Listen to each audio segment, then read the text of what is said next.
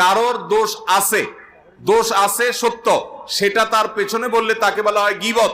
আর কারোর দোষ নাই সেটা যদি তার পেছনে বলা হয় সেটাকে বলা হয় তোহমত বা মিথ্যা অভিযোগ। এই গীবতের অপরাধের ভয়াবহতা কত বেশি আমরা জানি। নবী সাল্লাল্লাহু আলাইহি ওয়াসাল্লাম মেরাজে গীবতকারীর শাস্তি কেমন হবে সেই মক শাস্তি জাহান্নামে তাকে আল্লাহ দেখিয়েছেন। তাহলে সত্য কথা একজনের দোষ আছে সেটা পিছনে শুধু বললাম, এর কারণে যদি এই ভয়াবহ হয়, তাহলে একটা মানুষ নির্দোষ, তার পিছনে যদি আমি মিথ্যা অপবাদ দেই, তাকে দোষী বলি, অথচ তিনি দোষী না, তাহলে সেক্ষেত্রে তার ভয়াবহতা কত জঘন্য হবে, গীবতের চাইতে কত ভয়াবহ, সেটা বলার অপেক্ষা রাখে না।